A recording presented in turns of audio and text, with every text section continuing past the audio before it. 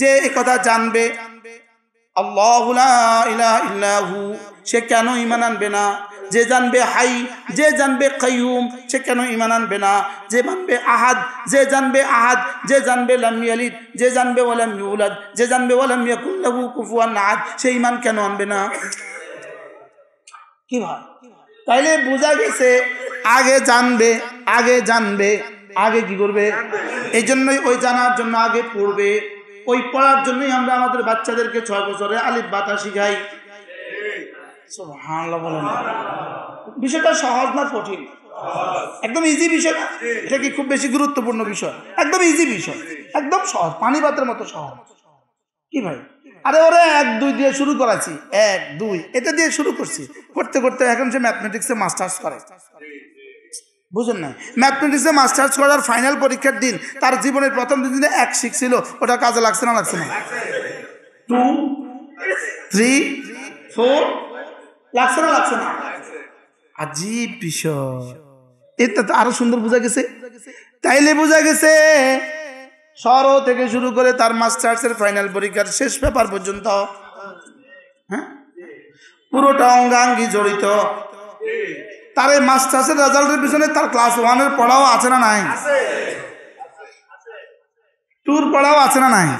3 পড়াও আছে না নাই? এবার আমার এই বয়ানের পেছনে আমার আলিফ থেকে শুরু করে আজ পর্যন্ত পড়া যা আছে সব একসাথে আছে, সবটা একসাথে মিলছে। এর মধ্যে ভাষা আছে, এর মধ্যে সরফ আছে, এর মধ্যে নাহু আছে, এর মধ্যে তাজবিদও আছে, এর মধ্যে মান্তিকও আছে, এর মধ্যে ফিকহও আছে, এর মধ্যে ফালসাফাও আছে, এর মধ্যে উসুল ফিকহও আছে, এর মধ্যে হাদিসও আছে, এর মধ্যে তাফসীরও আছে, এর মধ্যে কি আছে? সব আছে। এখন একজন রিকশাওয়ালা কিছুই সে পারে না, তাকে যদি আপনি একটা মেডিকেলের বই থেকে বলে দেন, শুনো প্যারাসিটামল খেলে জ্বর ভালো হয়, তো বলবে প্যারাসিটামল খেলে জ্বর ভালো হয়, প্যারাসিটামল খেলে জ্বর ভালো হয়, এটা জানছে সে। এমনি এবার বলুন তো দেখি, এমনি ডাক্তার কত নম্বরের ডাক্তার? আচ্ছা 10টা ট্যাবলেটের নাম জানে, এবার কত নম্বরের ডাক্তার?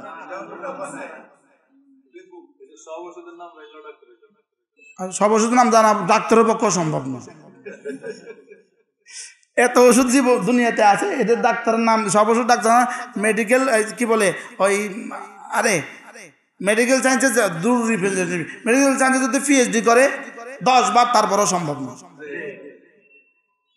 এরকম বিশাল এক সাগর, এটা এক বিশাল কি বিশাল সাগর, বিশাল এক সাগর।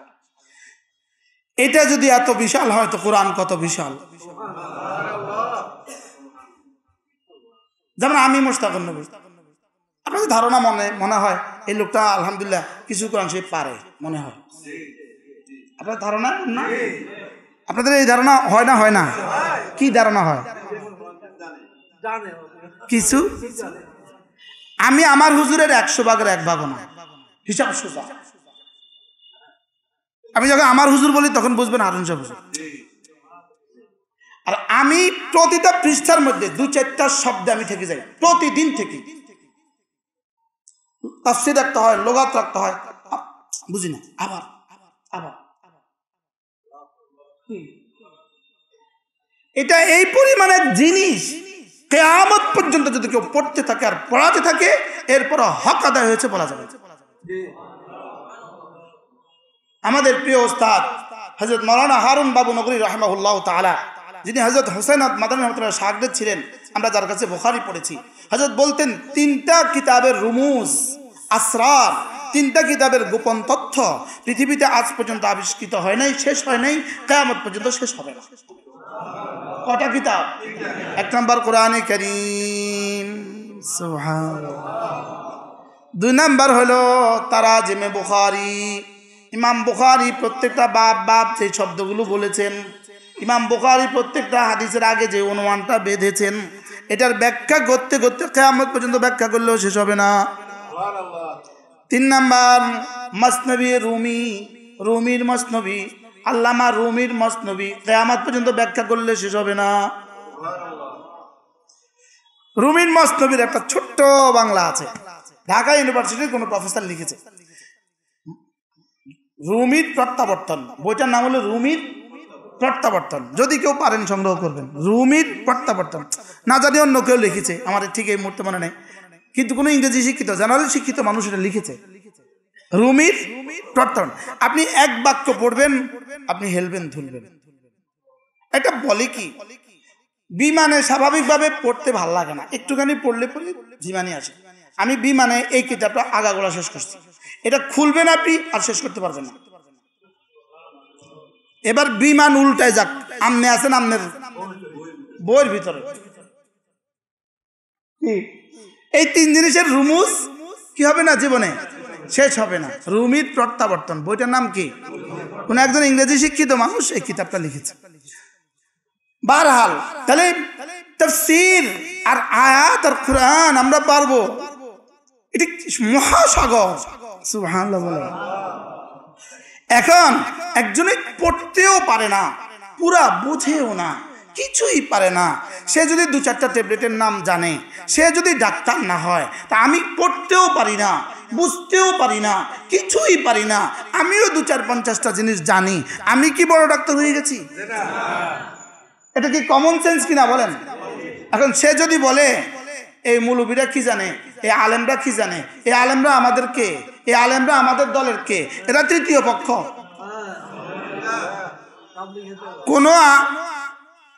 কোন আলেমকে যদি বলে তৃতীয় পক্ষ, তো তার ঈমান কোথায়?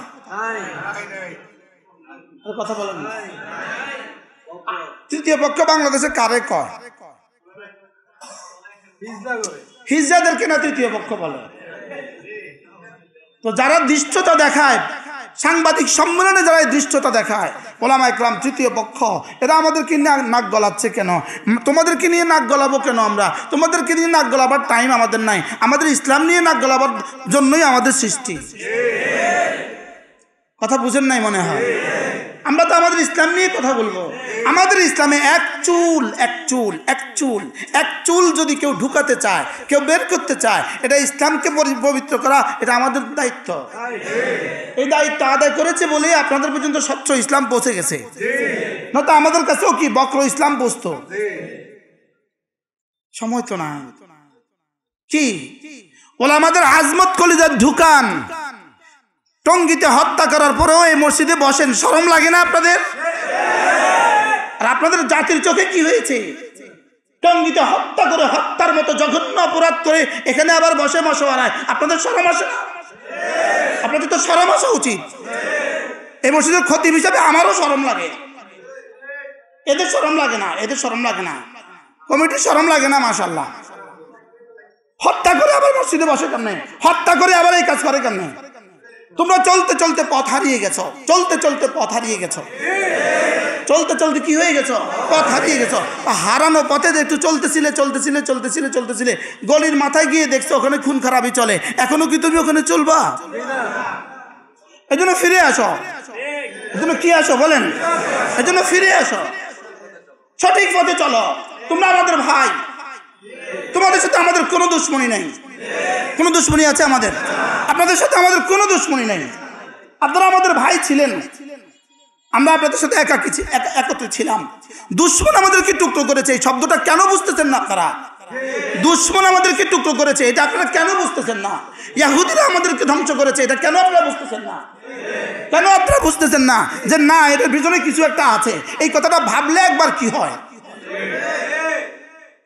কি বলতেছি বলেন?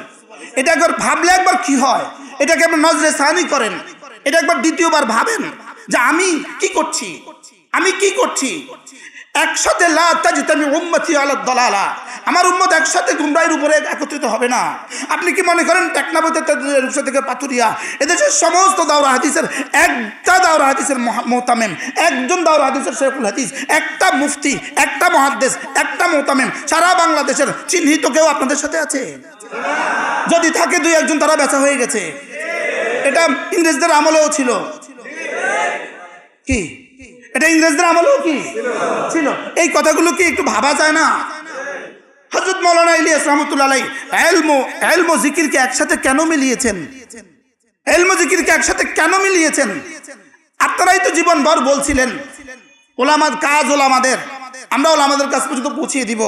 মহল্লায় গেলে ওলামাদের কাছ থেকে দোয়া নিব, ওলামাদেরকে দাওয়াত দিব না, ওলামাদেরকে কারগুজারি শোনাবো? বলছি না বলেন? কালিমা, নামাজ, ইলম, জিকির, ইকরামুল মুসলিমিন, সহিহ নিয়ত, তাবলীগ, ও এত তো পারে। যারা এখন এখানে বসে করতেছেন, আপনাদের জন্মের আগে আমি 3 দিন লাগাইছি, চিল্লা লাগাইছি। আলহামদুলিল্লাহ বলেন না? আমি চিল্লা লাগাইছি, জানেন আপনি? বাংলাদেশে লাগাইছি, ইন্ডিয়া লাগাইছি, সৌদি আরবে লাগাইছি। তাবলীগ আমার কাজ। বলেন তাবলীগ আমার কি? বলেন মুসলমান আমার নাম, তাবলীগ আমার কাম। যেই তাবলীগের সাথে আছেন উলামায়ে কেরাম। মনে থাকবে কথা? মুরগির সাথে আলু দিলে মুরগি মজা হয় না আলু মজা হয়? মুরগির সাথে আলু দিলে কি হয়? গোশতের সাথে আলু দিলে আলু মজা হয়ে যায়, গোশতের সাথে কদু দিলে কদু মজা হয়ে যায়। ওলামাদের সাথে আপনারা থাকলে আপনারাও দামি হয়ে যাবেন। কি? আর শুধু গোশত ছাড়া শুধু আলুগুলো তুলে দিলেন, শুধু আলুগুলো তুলে ব্যয়ের প্লেটে দিলেন, ব্যয় অনেক খুশি হবে, ব্যয় অনেক খুশি হবে। ওলামাদের ছাড়া শুধু আপনারা চললেন, তা আল্লাহ অনেক খুশি হবে না? ড্রাইভার ছাড়া গাড়ি নিরাপদ নাও নিরাপদ? কেন? হত্যার মতো জঘন্য অপরাধ করলো।